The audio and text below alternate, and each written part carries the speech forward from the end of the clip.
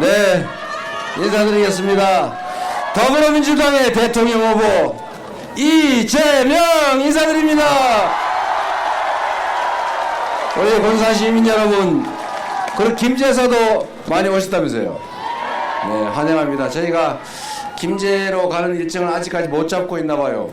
아, 죄송합니다.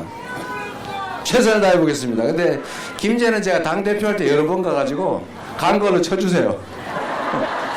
네, 그래 주시겠죠? 네, 날씨는 우중중하지만 비가 안 와서 정말 다행입니다. 어제는 제가 전남의 저 이순신 로드를 따라서, 이순신 장군의 길을 따라서 유세를 다녔는데 비가 아주 장대비가 내려가지고 너무 고생했습니다. 그런데 제가 정말 감동적이었던 것은 그 비에 우산도 제대로 못 쓰고, 우산 쓰면 옆 사람한테 겹치니까 그 장대비를 맞으시면서 기다리고 계셔서 정말 저 감동했습니다. 뭐 저 때문이었겠어요. 저보다는 이재명이라고 하는 이 도구 대리인을 통해서 뭔가 하고 싶은 절박함 무엇인가가 있는 거죠. 그 절박함, 절실함 때문에 제가 정말 눈물 나더라고요. 지금도 마찬가지입니다. 이 바쁜 와중에 이렇게 평일에 또 이렇게 많은 분들이 함께 해주셔서 여러분들이 뭘 원하는지, 어떤 세상을 바라는지 제가 조금은 압니다. 어쨌든 정말 견마지로라고 하기는 좀 그럴지 몰라도 제가 할 수 있는 최선을 다해서 여러분들이 희망을 가지고 살 수 있는 세상 꼭 만들어서 보답하겠습니다.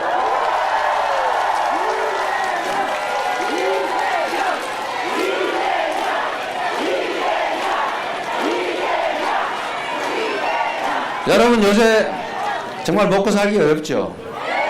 경제가 너무 어렵고 정말 골목에 가게들도 다 문 닫고, 이게 지방만 그런 게 아니라 수도권도 그래요.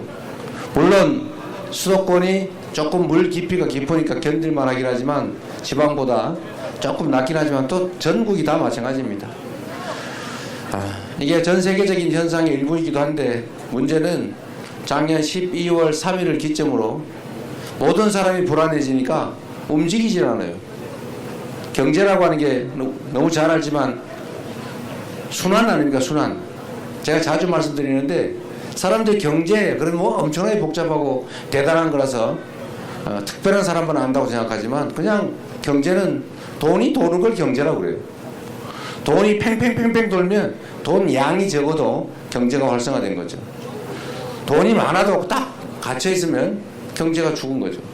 우리가 100억을 가지고 있었는데 그 100억이 누구 손에 딱 들어가서 꼼짝을 안 하면 뭐 경제가 활성화 안 된 거잖아요. 근데 100만 원 밖에 안 되더라도 그게 이 집 저 집 건너 자꾸 왔다 갔다 하고 돌면 그게 경제가 살아있는 거죠. 이게 이제 경제학자들이나 또 일부에서 반론을 하긴 하던데, 이 경제라고 하는 걸 너무 어렵게 생각해서 제가 옛날에 이런 예를 하나 든 일이 있어요. 동네 경제가 아주 막 다 죽어가지고 썰렁하게 그냥 침체되어 있는데 그 동네에 어떤 관광객이 한 명이 왔어요. 그러니까 이 사람이 전화로 오기 전에 예약을 했습니다. 예약을. 내가 거기 이틀 묵을 건데 예약금으로 10만 원 보내겠습니다. 10만 원 호텔 주인이 받았어요. 그걸 받아가지고 마이크 좀 올려주세요. 네, 마이크를 최대한 올려주세요. 문제가 안 생긴 범위 내에서. 네, 잘 안 들릴 겁니다. 네. 잘 안 들릴 겁니다. 이러면 들릴 텐데 목이 아파가지고. 최대한 좀 올려주시고요. 이 돈을 10만 원을 이 호텔 주인한테 예약금으로 오전에 들어왔어요. 들어와서 이 호텔 주인이 오랜만에 돈이 10만 원 들어와서 외상값을 갚자 해가지고 동네 식품 가게 외상값을 10만 원을 얼른 갖다 갚았어요. 이 식품 가게 주인이 오랜만에 또 돈이 들어왔어요. 내가 평소에 못 먹던 통닭이나 한 번에 사 먹자 이래가지고 통닭을 다 사서 먹었어요. 그 통닭 가게 주인도 요즘에 10만 원이 오랜만에 들어왔어요. 그래서 옆집에 저번에 우리 그 신발 가게 외상했던 거 갖다 갚았어요. 신발 가게 주인도 10만 원 받아가지고 드디어 돈이 들어왔구나. 그래서 우리 배고픈데 빵이나 사 먹자. 이래 빵을 잔뜩 샀어요. 빵 가게 주인이 전에 호텔에 가서 외상으로 호텔값 못 줬던 거 10만 원 줬습니다. 그런데 좀 이따가 이 여행객이 우리 여행 일정이 바뀌었어요. 미안합니다. 그 돈 돌려주세요. 그 돈 받아 갔어요. 이 동네에 들어온 돈 아무것도 없는데 그런데 동네에 어쨌든 거래가 쫙 일어난 거죠. 이게 경제죠. 군산에 우리 지역 카페 많이 하시죠? 지역 카페. 제가 지역 카페 여기서 하는 것도 배워서 제가 경기도 배달 특급이라고 그걸 만들어서 지역 카페, 공공 지역 카페죠. 배달 앱 이런 걸 만들어 봤습니다. 그런데 사람들이 자꾸 그런 얘기를 해요. 뭐 자꾸 퍼주기 하느냐? 왜 공공기관이 그런 걸 나서서 배달 앱 만들고 그러냐? 이렇게 얘기를 하죠. 그런데 예? 안 들려요? 많이 퍼달라고요? 그죠? 많이 퍼달라고 합니다. 네.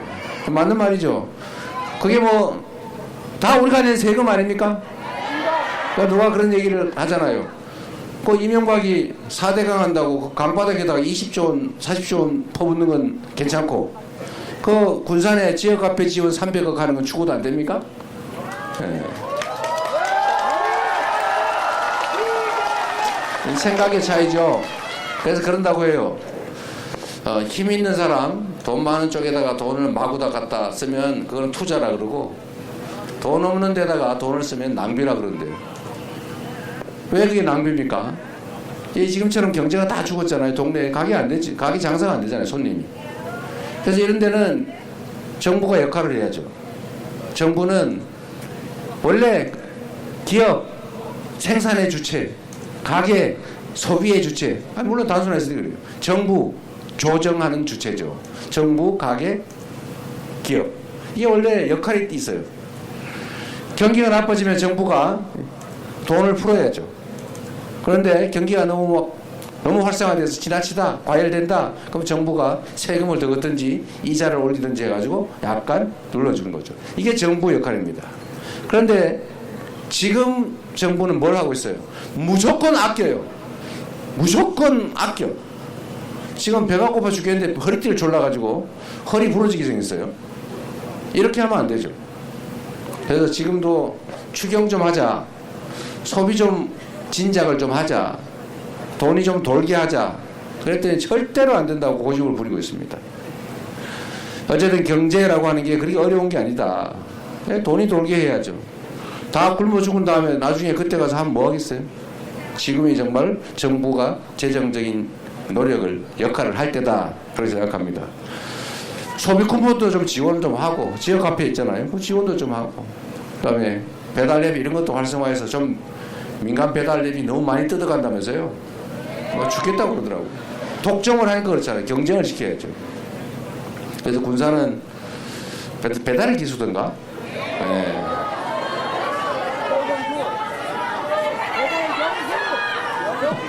알았어요. 저도 기억을 100% 다 못하니까. 어쨌든 잘하고 있는 것 같습니다. 그래도 군산은 또 하나 어려운 게 있죠. 군산 조선소가 전에 문을 닫았다가 지금 재개를 한 것 같긴 한데 완전히 다 풀로 돌아가지 못하고 있는 것 같습니다. 이것도 여러분들 정부 각이 따라 좀 다른 길이 있을 수 있어요. 제가 전에 조선소 문 닫았을 때도 한번 와서 그 말씀 한번 드렸는데 정부의 역할이 있다. 예를 들면 아주 조선 경기는 제가 말씀드렸지만 이렇게 기복이 심해요. 이렇게 사이클이 너무 큽니다. 잘 될 때 너무 잘 돼요. 수주를 해가지고 처리를 못할 정도가 됩니다. 지금은 이제 그 사이클로 가고 있어요. 근데 또 언제가 되면 또 이게 쭉 주저앉죠. 근데 이걸 정부가 좀 조정을 해줘야 됩니다. 그래서 배 수주가 너무 없을 때는 분함이나 공용선 이런 발주도 좀 많이 하고, 또 경기가 과열되면 뭐 다른 방법도 지원해서 조금 조정해 줄 수도 있죠. 지금 조선 관련해서는 좀 새로운 기회가 생기는 측면이 있습니다. 여러분도 좀 군산도 기대를 해 주셔도 되는데, 미국이 이제 해군을 강화하면서 해군 군함 수요가 아주 많아지고 있어요. 지금 통상 문제로 지금 한미 간에 곧 협상도 해야 되고 갈등이 생길 텐데 이것도 중요한 의제가 될 거고 우리한테 기회 요인으로 만들 수가 있을 겁니다. 너무 자세한 얘기를 하면 이게 문제가 될 수도 있어서 여기까지 이 정도 하도록 할 텐데, 제가 드리고 싶은 말씀은 정부가 하기 따라 경제 상황은 많이 바꿀 수 있고 좋아질 수 있다. 유능한 정책을 하는 충직한 일꾼이 하면 잘 될 수 있다. 그 말이죠. 맞죠, 여러분?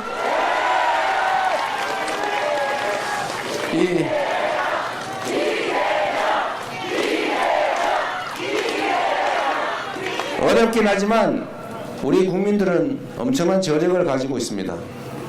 정말 어떤 위기에서도 이 나라를 위기에서 구해온 게 바로 국민들, 백성들 아니었습니까? 군사 독재도 우리 국민들의 손으로 물리쳤고 많은 희생을 치르긴 했지만요. 그 다음에 박근혜 정권도 촛불을 들어서 끌어내렸고 작년 12월 3일 그 내란의 밤, 그 어두침침한 내란의 밤도 우리가 응원봉을 들어서 제압하고 진압하고 이겨나오고 있지 않습니까? 이 위대한 국민들이죠. 전 세계에 없는 무혈의 평화혁명을 8년 만에 10년도 안 돼서 2번씩이나 내는 이런 위대한 국민이 어디 있습니까? 우리밖에 없어요. 그리고 이 해방된 식민지들 중에 이 근대화, 산업화, 그리고 민주화를 동시에 이뤄낸 나라는 딱 한 나라, 대한민국밖에 없다. 여러분이 바로 그 주체다. 맞습니까, 여러분?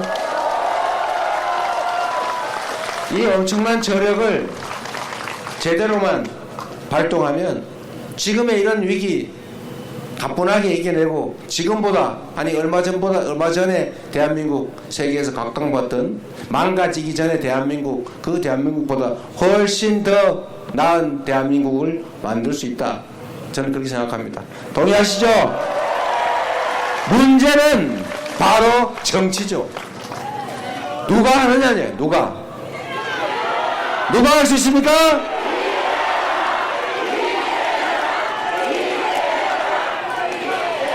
제가 자주 그 말씀을 드리는데 똑같은 상황에서도 그 책임자의 능력과 역할, 태도에 따라서 전혀 다른 결과가 납니다. 여러분 사실 우리 동창회 개모임을 해도요, 그 개주가 성실하고 연락도 자주 하고 꼼꼼하게 살림하고 회비도 잘 걷고 잘 관리하고 그러면 모임 잘 돼요. 근데 이 개주 동창회장이 엉망으로 전화도 안 하고 막 회원하고 싸우고 편가르고 이렇게 하면 그 모임이 되겠어요? 망하는 건 순식간이죠. 나라도 마찬가지입니다. 우리 아주 가깝게 조선 그 선조라는 그 못되고 무능하고 무책임한 왕이 있을 때 전쟁이 벌어져가지고 백성이 수백만이 죽어갔잖아요. 그런데 그 똑같은 조선에서 우리 정조, 이 정조는 완벽하게 정말 부흥한 조선을 만들었습니다. 이 한 사람 때문이죠. 이 한 사람으로 인해서 그렇게 많은 변화가 있다. 제가 남부 이순신 로드 벨트를 따라서 제가 그 말씀을 많이 드렸는데 똑같은 조선 수군을 가지고 아니 훨씬 더 숫자도 적고 많이 망가진 전함들 12척 가지고 이순신은 23연승을 했잖아요. 조선을 구했지 않습니까? 근데 원균 뭐 했어요? 술 먹고 맨날 놀다가 누구처럼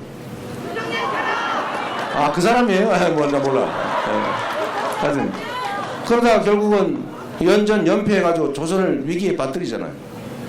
똑같은 상황에서도 전혀 다른 결과를 만들어낼 수가 있다.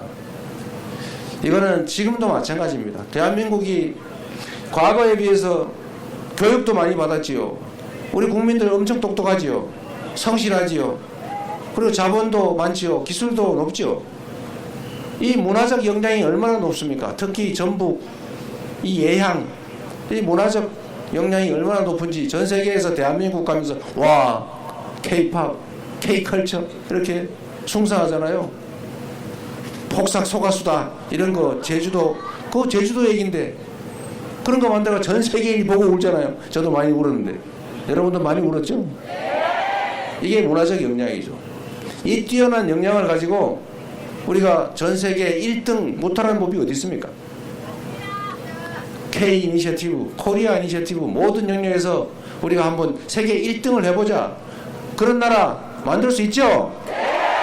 얼마든지 만들 수 있습니다. 정치만 똑바로 잘 되면.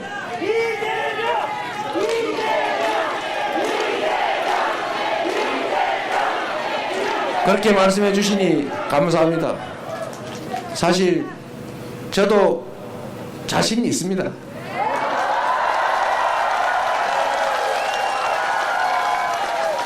제가 오늘은 약간 여유가 있을지 모르니까 이 말씀을 한번 드려볼게요. 예, 여기 우리 국회의원분도 많이 계세요. 예, 뭐 아주 잘하고 계시잖아요, 다들요. 잘하고 계신데, 사실 정치인, 이 선출된 공직자들, 그리고 선출된 공직자들로부터 임명된 공직자들, 이 사람들은 본질적으로 다 우리 여러분이 쓰는 일꾼들이죠. 대리인들이죠. 다 여러분이 월급 주고 있지 않습니까? 여러분이 준 권한을 대신 행사하는 거지 않습니까? 저는 사실 높은 의자에 앉아가지고 이렇게 사람들 내리다 보니까 자기가 무슨 왕된 줄 알고 정신 못 차리고 국민 무시하고 함부로 하는 그런 사람들 보면 기가 막힌데요. 가끔 그런 사람들이 착각을 하는 경우가 있어요. 높은 의자에 앉아있다 보니까 야, 내가 진짜 높은 사람인가 봐. 국민들 우습네. 뭐 이렇게 생각하는 사람들이 있어요. 나쁜 사람들. 그런데 본질적으로 모든 공직자는 국민의 대리인일 뿐이죠. 일꾼일 뿐입니다. 이 일꾼이 주어진 권한을, 맡겨진 예산을 제대로만 쓰면 완전히 다른 세상을 만들 수가 있어요. 이 공무원들이 다 그 권한을 쪼개서 나눠서 행사하지 않습니까? 이 공무원을 어떻게 지휘하냐에 따라서 전혀 다른 결과가 나와요. 100만의 대한민국 국가 공무원들을 정신을 바짝 차리고 주어진 권한과 예산을 오로지 국민만을 위해서 쓴다, 이런 생각을 해가지고 자세를 바꾸기 시작하면 1년 안에 전혀 다른 결과를 만들어낼 수가 있습니다.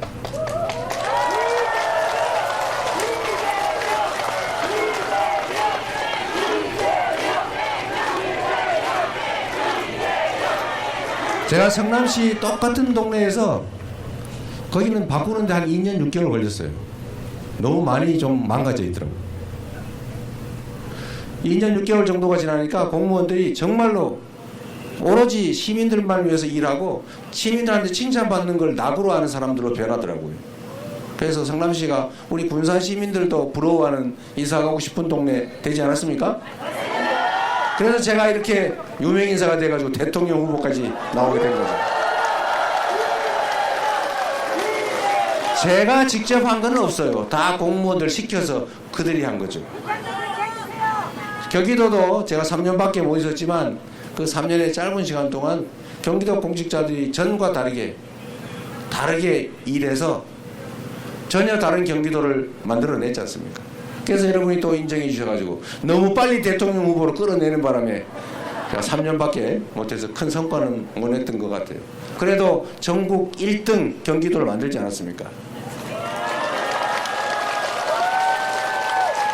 그리고 민주당도 말입니다. 민주당이 이 호남을 본거지로 하는 정당이잖아요. 민주당도 여러분 전에 보면 이게 국민들의 뜻이나 당원들의 뜻과 다르게 엉뚱한 짓도 꽤 많이 하고, 그리고 편갈라가지고 맨날 싸우고 국민들한테 지탄받고 그러고 있다. 요즘은 어때요? 누구 뭐 1급 체제니 뭐니 비난하지만 그러면 당이 편갈라가지고 맨날 싸우고 있는 게 좋습니까? 부러워서 하는 소리죠? 네? 우리 총선에서도 압도적으로 이기고 국민들도 믿음직한 민주당으로 다시 거듭나지 않았습니까? 이 민주당 150이 뭐였죠? 민주당의 이재명의 민주당 150은 이기는 민주당, 유능한 민주당이었어요. 이기는 민주당, 유능한 민주당으로 바뀌지 않았습니까? 이제 6월 3일에 대한민국을 이재명에게 맡겨주시면 지금까지는 완전히 다른 새로운 대한민국을 만들어서 보답하겠습니다, 여러분.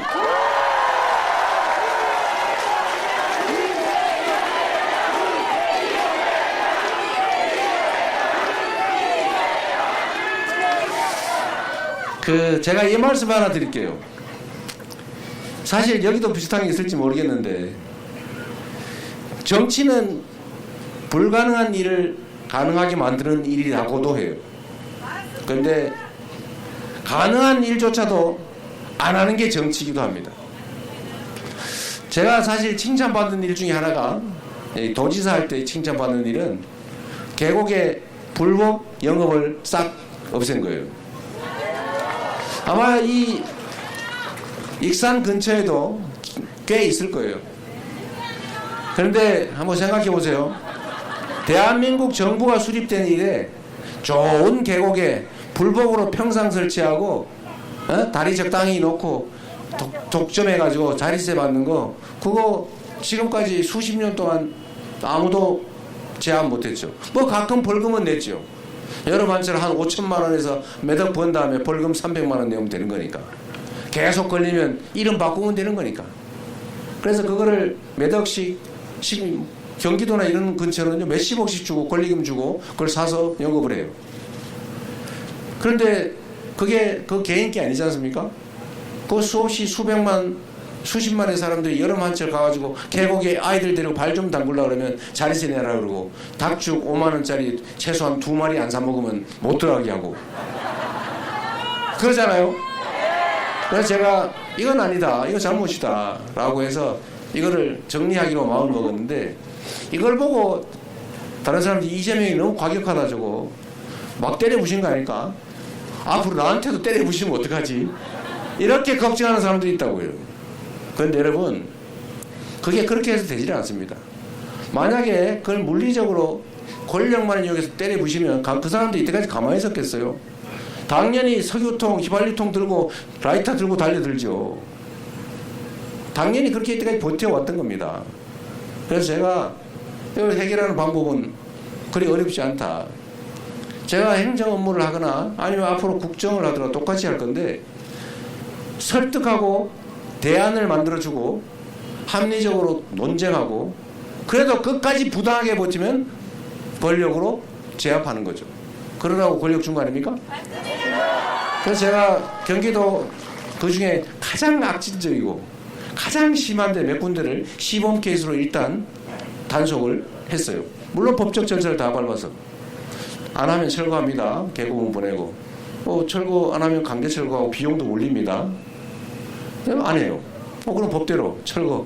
이걸 한 두세 개를 이렇게 일단 한 다음에, 제가 다른 데는 제가 다니면서 말로 다 만나서 설득을 했죠.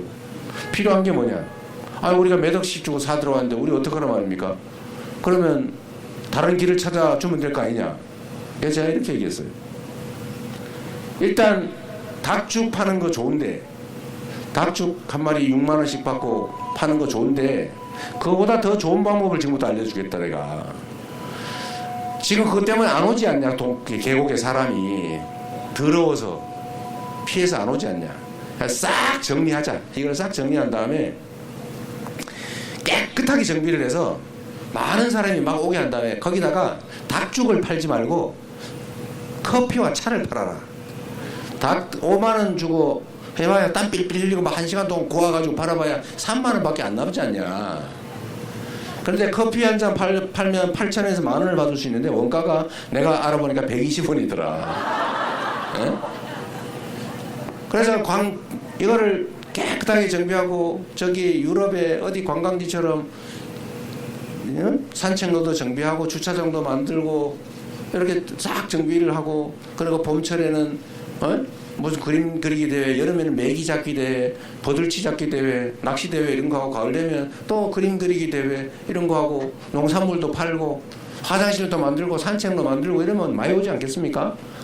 그거 어떻게 믿었냐고 그래서, 내가 할 테니 그거 안 믿으면 어떡할 건데. 그렇게 할 건데 만약에 안 하면 봤죠? 저기 철거하는 거 강제 철거하고 비용도 물리고 당연히 형사처벌하고 지원도 안 해줍니다.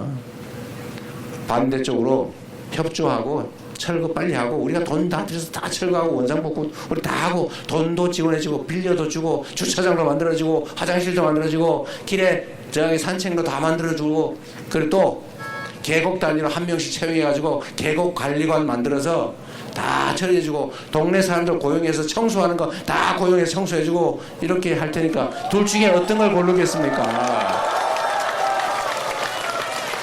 그래서 그분들이 다 믿고 자기들이 다 알아서 싹 철거했어요. 거기가 불법시설물이 1,700개인가 800개인가 뭐 이래 있었다는데, 제가 강제 철거한 건 5군데가 6군데밖에 안 돼요. 1%도 안 됩니다. 나머지는 다 주민들이 자발적으로 철거했어요. 그리고 저희가 각 시군에다 지원금 줘가지고 파라솔, 벤치 이런 거 다 만들어주고 길 다 닦아주고 주차장 만들고 공용 화장실 다시 하고 그 건물 커피를 팔려면 그 우중중한 닭죽집이 아니고 깔끔한 카페가 돼야 될 거 아닙니까? 돈 필요하잖아요. 다 빌려줬어요 제가.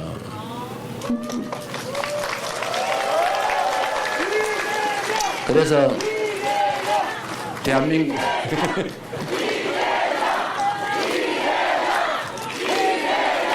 자랑하는 효과가 있네요.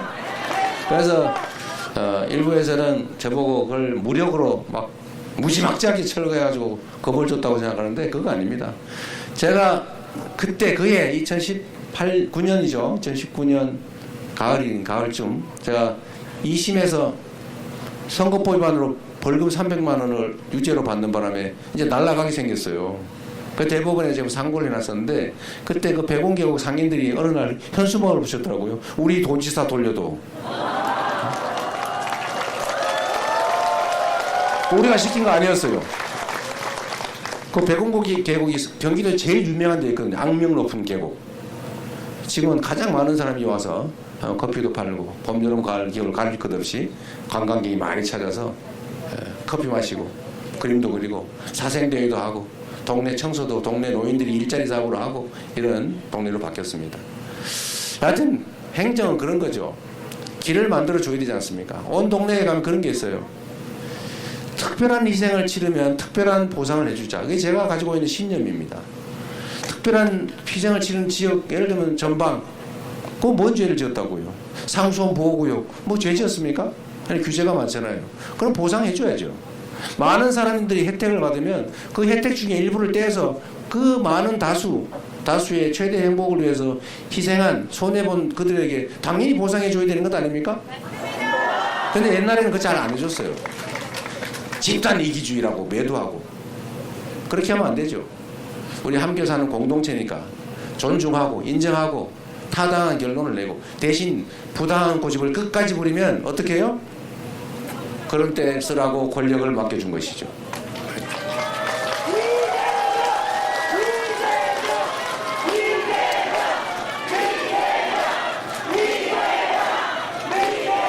사실 나라는 일도 마찬가지입니다. 온갖 영역에서 이해관계가 충돌해서 싸우죠.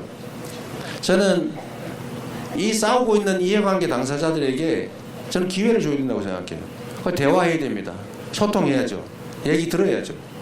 타당한 건 수용해야죠. 그리고 서로 조금씩 양보하고 대화하다 보면 거의 좁혀져요. 이만큼. 근데 끝까지 좁혀지지는 않는 경우가 많아요.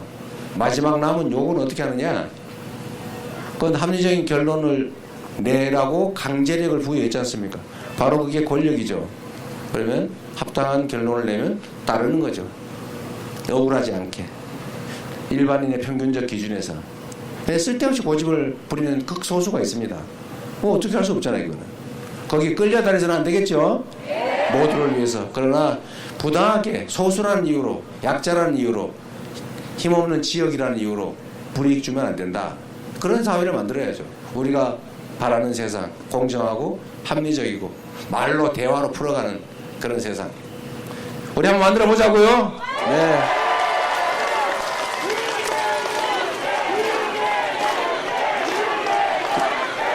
그래서 여러분께도 약간 희망 섞인 말씀을 하나 드리고 싶습니다.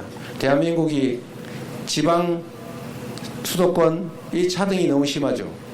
옛날에는 어쩔 수 없었어요. 우리 자본도 기술도 자원이 부족했기 때문에 다 한 군데로 몰빵을 했어야 돼요. 안 그러면 다 흩어져 놓으면 아무 소용이 아무도 못하니까. 기업도 그래서 재벌 대기업이라는 것도 생겨나고 말았죠. 당시에는 불가피했습니다. 불균형 성장 전략, 자원이 부족하니까 할 수 없죠.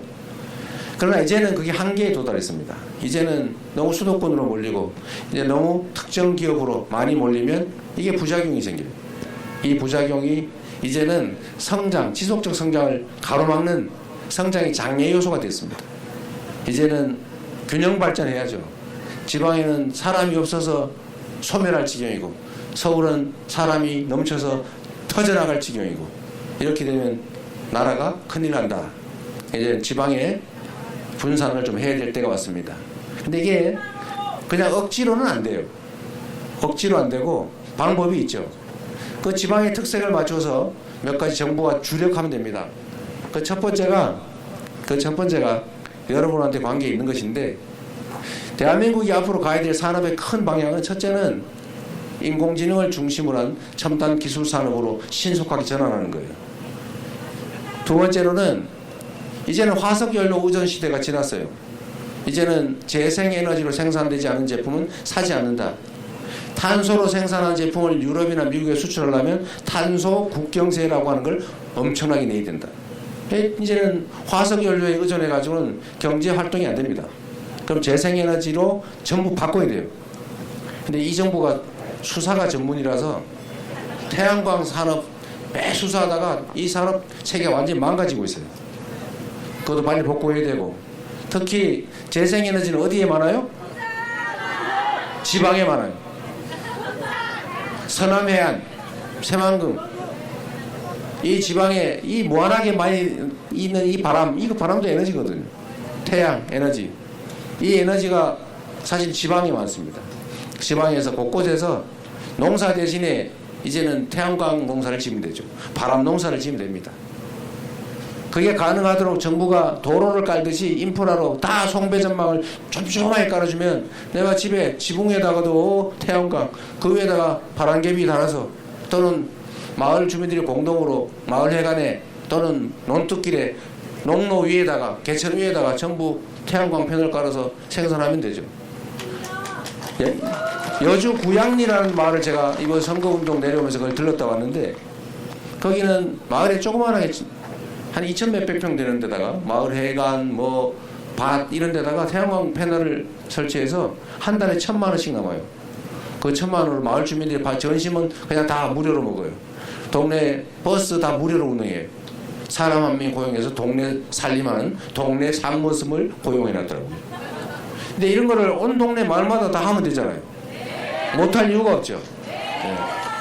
그래서 태양농사, 바람농사를 짓자. 그리고 요거는 그냥 자급자족하는 정도이고, 그 이상으로 지금 대한민국은 에너지를 전부 재생에너지로 바꿔야 되는데, 지금 대한민국이 재생에너지 비율이 10%가 안 돼요. 9점 몇 프로밖에 안 됩니다. 삼성전자 한 군데가 쓰기도 부족하다고 해요. 재생에너지가 없어가지고 지금 공장을 해외로 다 넘기고 있어요. 이러면 안 되겠죠. 그래서 빨리 재생에너지를 국내에서 생산을 시작해야 됩니다. 그래서 정부가 각 인프라를 구축해주고 지방에 재생에너지를 대대적으로 생산하게 하고 그걸로 먹고 살고, 대신에 기업들을, 이게 여기 중요한데 여러분, 익산에서 배추 농사를 지어가지고 서울에다가 갖다 팔면 어디가 비싸요? 서울이 비싸죠. 왜? 그건 너무 당연한 겁니다. 수송비가 드니까. 그런데 전기는 저 영광에서 생산하는데 서울하고 영광하고 전기요금 금액이 같아요, 달라요? 이상하지 않아요? 이제 앞으로 바꿔야 됩니다. 바꿔서 지방에서 전기를 생산하면 지방에는 싸게 수송비, 전력 송전비 다 붙여서 소비지는 더 많이 내야 될 거예요. 그러면 기업들은 전력이 싼 곳으로 갈 수밖에 없어요. 거기다가 세금도 좀 많이 깎아줘야 되겠죠. 왜냐하면 서울이 아파트 한 평에 3억이에요, 3억. 거기서는 이제는 정상적인 사업이 불가능합니다. 이제 지방으로 가면, 또는 지방에서 사업을 하면 법인세 이런 거 많이 깎아줘야죠. 아니면 좀 면제해 주든지. 그리고 규제도 많이 풀어주고. 그리고 여기 학생들도 없고 그렇다고 하니까 우리가 그 얘기 하지 않습니까? 서울대 10개 만들기. 지방의 대학도 서울대 수준의 지원을 해서 훌륭한 인재를 양성할 수 있게 해주자. 이런 걸 종합적으로 해야죠.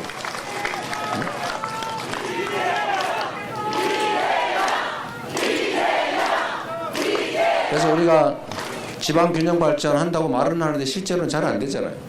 그러나 진짜 해야 됩니다. 나라가 살려면, 길게 지속적으로 성장하려면 균형 발전을 해야 되고, 이제 그 길이 생긴 거예요. 다행이에요. 오히려 지금 이 위기가 기회일 수 있는 거죠. 지난 3년 동안 이렇게 막 밀어놨기 때문에 새로 시작할 수 있게 된 거예요. 완전히 새로. 기회로 만들어서 새로운 나라, 함께 사는 나라 꼭 만들어 봅시다, 여러분.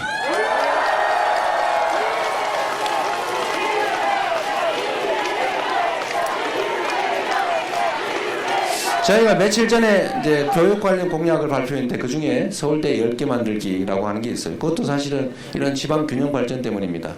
기업들이 지방으로 가고 싶은데 땅값 싸고 좋잖아요. 문제는 사람이 없다고 해요. 인재가 없다. 그러니까 그 지역에 왜 인재가 없냐? 일단 청년들 입장에서 보면 연애 데이트가 쉽지가 않아요. 즉 정주 생활 환경이 너무 안 좋습니다. 영화관도 없어요. 문화활동이 안 돼요. 교육받기도 쉽지 않아요. 일자리가 없어요. 일자리가 없는 게 먼저냐, 청년이 떠난 게 먼저냐 모르죠. 닭이 먼저인지 알이 먼저인지. 그래서 이걸 동시에 해결해야 된다. 서울대는 우리 정동영 의장님 어디 가시나? 서울대 나오셨죠? 네. 서울대는 정부에서 예산을 1인당 학생 예산이 5천만 원이 넘어요. 한 6천만 원 가까이 된다더라고요. 그런데 전북대는 얼마인지 아세요? 얼마예요? 2천만 원, 2천만 원. 2,100만 원, 2천만 원 뭐 그래요. 저는 이런 게 이해가 안 됩니다. 이 근본적인 사고를 바꿔야 되는데 나라 살림을 하면 어려운데 더 지원하고 있는 데는 좀 양보하고 그래야 되는 거 아닙니까? 물론 아까도 얘기했죠. 불균형 성장 전략을 취할 수밖에 없을 때 자식이 5명인데 이게 한 명이 먹고 살기도 어려워요. 그러면 장남 이놈이라도 어떻게 키워가지고 이놈이라도 키워서 공부시켜가지고 집안을 좀 일으키자. 그래서 장남한테 집중 투자하는 때가 있었어요. 그런데 지금은 그런 정도는 아니란 말이에요. 그러면 똑같이 내줘야죠. 장남 아무래도 먹고 살만한데 그거 막 직장 얻어가지고 잘 살고 있는데 거기다가 왜 전 재산을 물려주냐고요. 에? 그 장남 때문에 고생한 막내, 둘째, 셋째 여기 그래가지고 힘들게 겨우 입에 풀칠하고 사는데 거기다 재산 더 물려줘야 되는 거 아닙니까? 근데 지금 반대. 지방 국립대는 왜 그렇게 학대하는 거예요 도대체? 거기다 더 지원해줘야 되는 거 아닙니까? 그럴 수 있는 상황이 됐죠. 그래서 서울대 거를 뺏어가 주자 그러면 또 싸움 나니까 거기 놔두고 그냥 그대로 하고 지방에 대한 지원을 늘려야 되는데 물론 재정에 문제가 좀 있긴 해서 엄청나게 제가 생각도 확 늘리고 싶은데 그러나 어쨌든 연간 약 1,000억 단위 정도는 지원해 줄 수 있지 않을까. 계속 늘려야죠. 그래서 여러분 학교도 연구도 연구 역량도 늘리고 또 기업들도 지방으로 올 수 있게 하고 전기요금도 이제는 앞으로 올려야 되거든요. 지금도 전기요금 비싸겠다고 느끼시지만 어쩔 수 없어요. 지금 이런 식으로 버틸 수 없습니다. 올릴 때 지방은 좀 덜 올리든지 아니면 그냥 유지를 하든지 해서 에너지 요금의 차이를 규제의 차이를 세금의 차이를 만들면 희망이 생길 거다. 지방도. 그리고 전북에 관계된 이야기 재생에너지 산업도 중요한데 전북은 특장점이 하나 있는 것 같아요. 소위 식품 클러스터. 전에는 아유 뭐 그게 무슨 사업이 되겠어 사양산업 아니야 이렇게 생각했는데 여러분 제가 예를 하나 드릴게요. 이 한류라고 하는 게 이 문화라고 하는 게 정말 엄청난 영향력을 가진 겁니다. 한국 노래를 흥얼거리다가 한국어를 배우기 시작했고 그러니까 한국어 학원들이 생기기 시작했고 한국 음식을 먹기 시작하고 그러다 보니까 김밥을 먹어보니까 맛있어요. 그러니까 지금 김밥이 해외에서 불티나게 팔리는데 김을 원래 우리나라 말고 별로 안 먹었는데 지금 미국, 유럽이 김을 먹기 시작해가지고 김 생산이 부족할 지경이 됐다고 합니다. 김밥. 요새 김밥을 수출하잖아요. 전주 비빔밥. 요새는 보관이 되잖아요. 이게 한국 K푸드, 한국 음식이 지금 전 세계가 이제 이 경제 수준이 올라가가지고 이제 건강 관리를 하기 시작했는데 건강 음식으로는 최고예요. 이런 좋은 음식이 없습니다. 이거 수출하면 되잖아요. 전주 비빔밥, K푸드.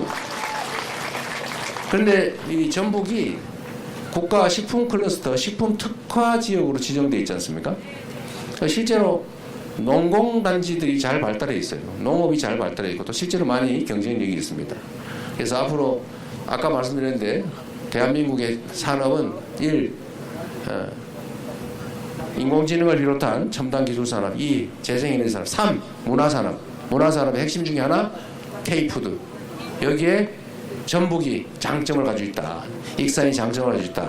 여기에 집중 지원을 해서 여러분에게도 희망을 만들어 드리도록 하겠습니다. 비도 오니까 빨리 끝내야 되겠죠 이제. 자 여러분, 제가 이런저런 자잘해 보이는 얘기를 했지만 다 먹고 사는 얘기 중요한 얘기 아닙니까? 전북도 소외감이 많은 거 제가 압니다. 지방이라 소외되고 호남이라 소외되고 호남 중에서도 전북이라 소외됐다. 이 3중 소외감을 느끼고 계신 거 잘 압니다. 그 억울한 생각 앞으로 더 나지 않도록 우리도 충분히 대우받고 있다 라는 생각 들도록 정부가 책임지도록 하겠습니다.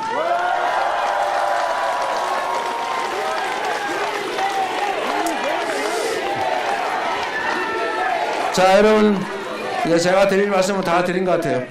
이제 새만금에 대한 지원도, 저는 새만금 얘기 안 하고 싶은데 안 하면 안 된다고 그래서 잠깐 말씀드릴게요.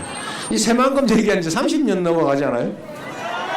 뭐 하루 이틀도 아니고. 그래서 저는 이걸 공약이라고 하는 거는 좀 무의미하다, 미안하더라고요. 뭐 사람 놀리는 것도 아니고. 그러나 이 점은 제가 분명히 말씀드립니다. 저는 정치를 하면서 뭐 새로 뭐 하겠다 이런 공약 많이 안 했어요. 특히 엄청난 SOC 투자 뭐 하겠다 이런 공약 잘 안 했습니다. 왜냐하면 잘 안 돼요. 돈은 많이 들고. 그래서 있는 거라도 빨리 끝내자. 새만금 문제는 다른 것보다도 정리를 빨리 해야 될 것 같아요.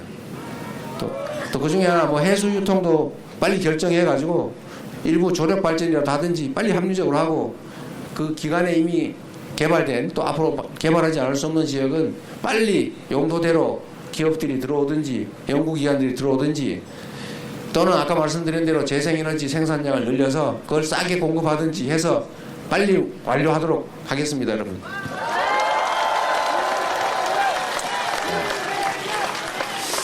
네, 이제 비가 오니까 우리 실제로 도움되는 얘기는 더 안 드려도 될 것 같고요. 여러분 희망을 가집시다. 우리 위대한 우리 국민들이 이제 6월 3일부터는 국민이 존중받는 나라, 여러분이 이 나라 주인으로 인정받는, 그래서 국가의 모든 역량이 오로지 국민만을 위해 사용되는 진짜 민주공화국, 진짜 대한민국 만들어야 되겠죠?